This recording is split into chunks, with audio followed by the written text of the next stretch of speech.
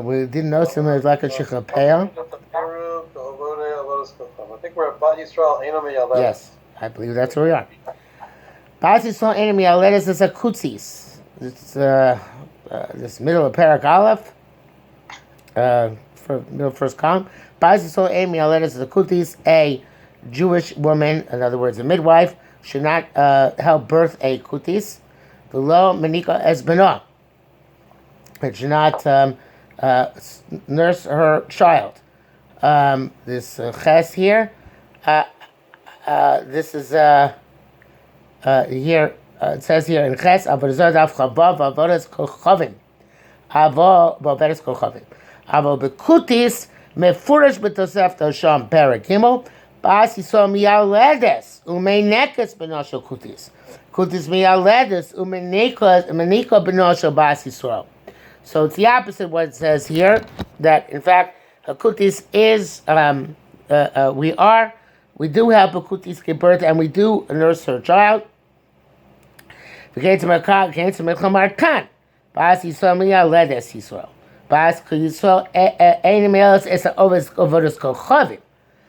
words, Kutis is fine because they're Jewish to that extent. You cannot be miyale because they're over the Avodah Zarah.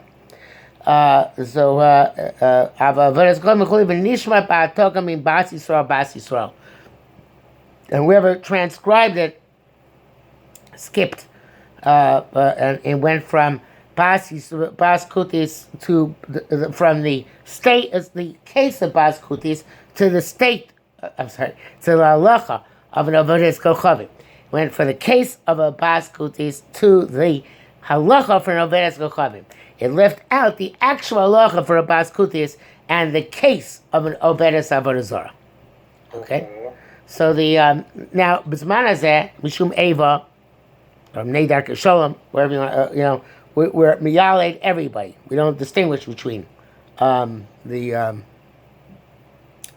of the Avodah Zarah and not of the Avodah Zarah, Kuttim, Yisrael, we don't make any distinctions. But B'zman Gemara, then somebody who is an Ovei Avodah Zarah, you would try and get out of helping them to have children. There's a famous dialogue between the Ramban and Rabbeinu Yonah, who was his mechutan. Ramban was doctor, and Ramban used to help non-Jewish women give birth.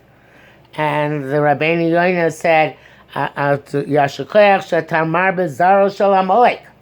Yashikoyach to you that you help increase the number of Amalekites in the world. The Ramban held was mutter, but I think, I don't recall correct 100%, if he said it's mutter because it get paid, and b'schar it's mutter only also to do for free, or he said mishum eva it's mutter. I don't remember which one he says. But that it would be the heter b'zman hazeh, even for over the Avodah Zarah. So way it should read is Bas Yisrael miyaledes es hakutis, right? And umenikas benah, right? And Ovedes Kochavim, Bas is not Miyaled, and Ovedes Kochavim, and it's not Menikas B'nah. Okay? And regardless, Avol, and again here it should probably say, Ovedes Kochavim, Miyaledes Bas Yisrael, Menikas B'nah Bir Shusah. Again, we're not, Ovedes, we're afraid, is going to be a murderess. So there has to be specifically in the jurisdiction and under the watchful eye of the Jewish mother. But with the kutis, you don't have such a question. You don't have such an issue. Okay? And therefore we have this halacha, Yisrael moel as a kuti. A Jew can circumcise a kuti. V'kuti moel as Yisrael. Rabbi Omer kuti lo yomos Yisrael she'eno moelo el l'shem har grizim. It's a funny language because you don't normally mal a person for the purpose of the Beis Hamikdash, that it should be us should be do for the purpose of har grizim. But clearly he holds that har grizim was a form of avodah zarah, and therefore the milah done by a kuti is done as for their idolatrous practices, and therefore it doesn't count. Okay. You're allowed to put an animal into the in of a kuti. This is we're not afraid that a kuti is going to be over on bestiality. And therefore you can also hire a kuti. You should watch your animal. Most of them to the royal kuti, you can give your animal to a kuti shepherd. Most of them know shilamdenu kuti umnus. So you're allowed to give your son to a kuti as an apprentice. That's because don't suspect them also of mishkav zachar, of homosexuality. You can be alone with a kuti, and you can take a haircut from them, anywhere. As opposed to non-Jews. So as he says here, and how it goes, it's not misaprim ba mistaprim, they're not suspect to murder people. Okay?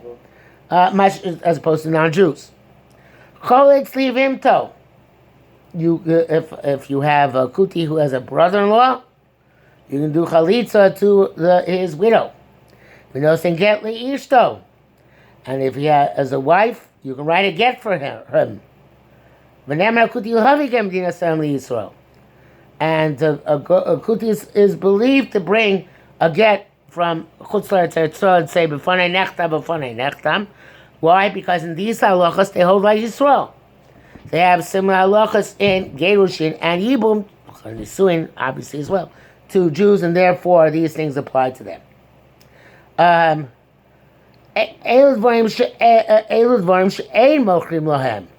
And conversely, because we regard them as Jewish, can't sell the following things to them.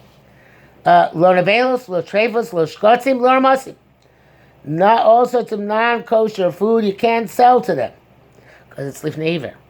They're not makbid on lifnei iver for us, but we're makbid on lifnei iver for them.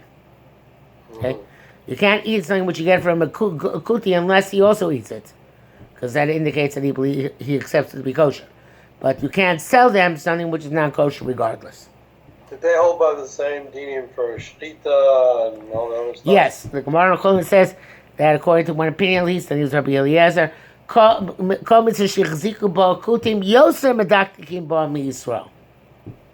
and they were more meticulous, therefore, in laws of shrita than we were, perhaps till this day. Lo sandal shel behema, not a sandal of an animal. I'm not sure what the problem is that is. I think here it says he adds in mesa. Is that over here or later on? Yeah, mesa. In other words, this is an animal which was killed by like a snake bite or something, and therefore its hide is considered to be, if not poisonous, at least harmful. So therefore, since they're not choshen lifnei iver, we're afraid if you sell it to them, they're going to resell it to somebody else without telling them that it was came from an animal which had died. And not oil into which a mouse fell and was dissolved. Below shlio, and not an embryo. Alpha P she's throil ochlim oso kus. Even though Yisrael can eat from it little by little, because each part is batel, right? In other words, if the dead mouse is batel barov, if you eat it little by little, you're not allowed to eat the whole thing at once, but you can eat it little by little. So you can do that, but afraid the kuti is going to sell back to a Jew, and the Jew who buys it won't know that, and therefore he's going to eat the whole thing at once, which he's not allowed to do. The shlio, which named mem kartos. Interesting, you don't have to sell them a fetus because it's a mekachtos. I guess that you're deceiving them into thinking that it's actual meat from a fully grown animal, and it's not. And just like you can't sell them, so you can't buy them. So that's strange. It says here in the mem, Lo taseh am acher kadosh lemala mimcha. In other words, if you have to refrain from something because of holiness, then you cannot have somebody else do something to you, which is how do we understand that?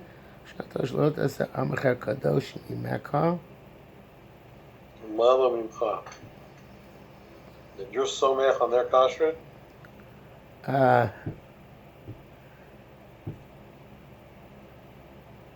I guess. You shouldn't be samech on them. But we know that anyway you shouldn't be samech on them because of lifnei iver. I'm assuming that we don't buy, I must say something along these lines. We don't sell to them because we're afraid what they're going to do with it. And so too we shouldn't buy from them because if we're not going to sell for them, it'd be hypocritical to buy from them. Is that what you were saying? I don't know. I'm not sure why. Into the words here. What? Doesn't fit into the words here. No. I don't know if there's any parallel to this in Shas. So Chaim Kanievsky has a Perush on Messeches Kuttim, but I don't know where, if I have it, would be. Second. Check.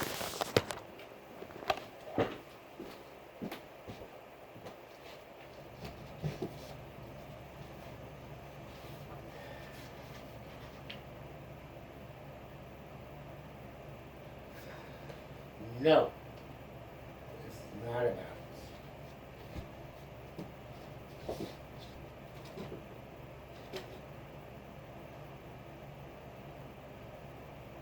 I thought I might have his commentary, but I do not.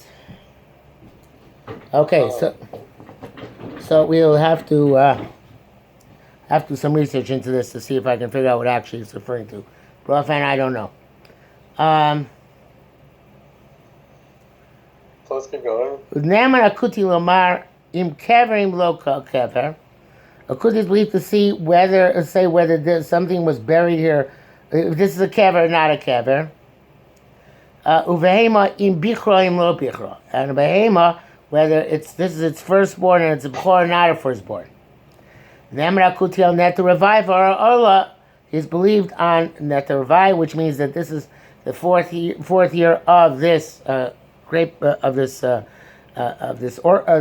called, vineyard, and therefore it's as kedusha, but you're allowed to eat it. And if he's living at the revive, those believe in orla, which is the first 3 years. But tzionis, he's also believed on gravestones to say that there was a grave here. Avalo schachos, but not on schachos, which means kind of awnings, which would make an ohel of tomb underneath. Pros, which are stones which jut out off a facade, which would also make an ohel underneath them, because these are things which are learned out by drushas, and they don't accept drushas. The law Eretz if they're not believed on what is chutzor, it's what is not, because that's the Rabbanon. And they're not believed on the Rabbanons. The law Beis HaPras, and not on Beis HaPras, which is a field in which a grave was known to have existed and the grave can no longer be identified. Because they're suspect in all these things. Zakloud is the general principle. Something in which they are suspect, they're not believed to testify concerning that thing. So they're in the Hagos, and Nun he says, there it doesn't say this believed. Here it's Tzarech Loma, the Maya Ba'ochlin Atzmi Menu. So again, because they don't know how to believe Neiver, it's got to be a case where they themselves are eating from the substance. Because even though they don't not a makbid leaf neiver, they wouldn't themselves eat from it, because they are making them for themselves. So if you see them eating them from it, then they're believed to say that it's not Keren Bavai, at least not unredeemed Keren Bavai, and it's not Orla, etc. Okay? Perek Beis. Enochi basar mitabach kuti. So this is the same idea. You can't buy something from the kuti unless he actually eats from the kuti butcher, unless he eats for himself. V'lo zakrio shel tziporim, nor this thing of birds. I don't know exactly what it is, but I assume it's here.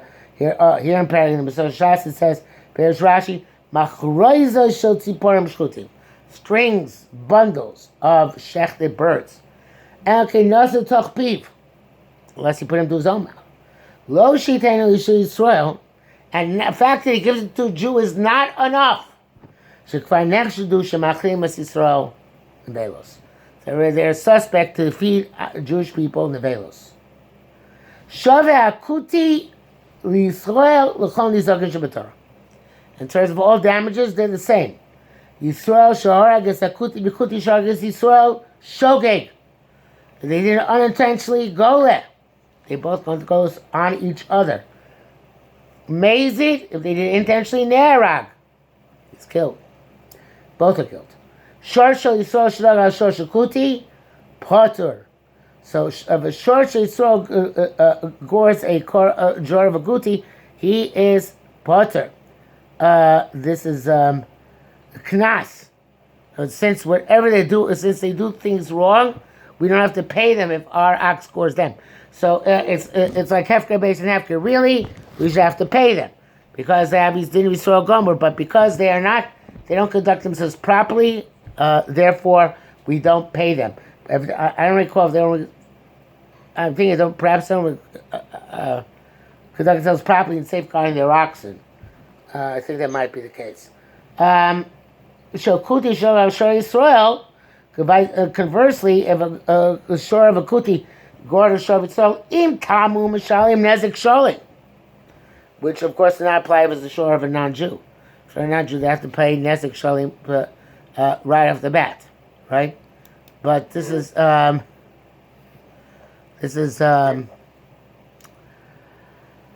He pays chati nezik. Im tamu mishalim chati. What? Im tamu mishalim chati. Right, which is not like a goy. Right. So again,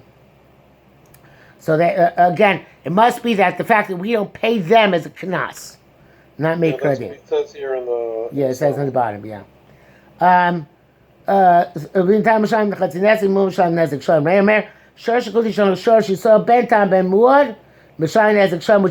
mean the knas works both ways, right? Because they make the pay nezek shalom just like a non-Jew. And also they pay above and beyond the value of the ox which did the goring, which also would be a knas, making them pay more than Yisrael, because Yisrael by a too short time never has to pay more than the value of the ox which does the goring. Some here.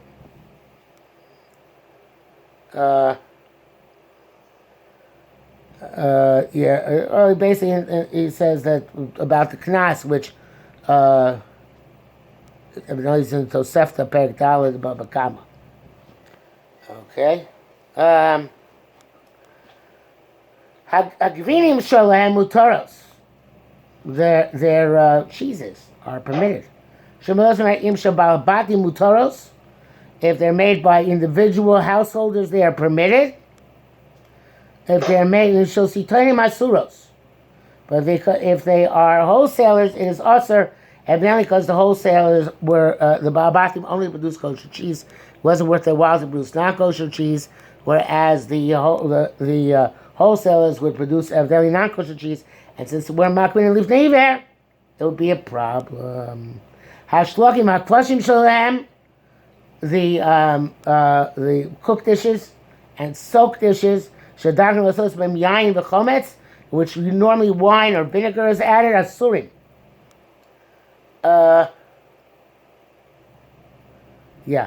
So they're forbidden because they obviously may contain forbidden wine. Again, they're not makbid on lifnei either. Kohanic Yisrael Kohanic Kuttim. Of course, we hold their Kohanim are not the Kohanim, right?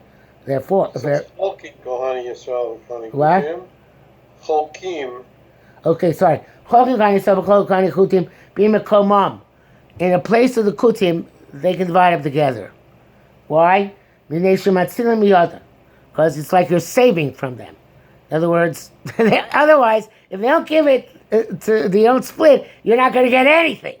So whatever you could save from the crop, you should save. No, it's that way. At least the Kuttim are giving half of their truma properly.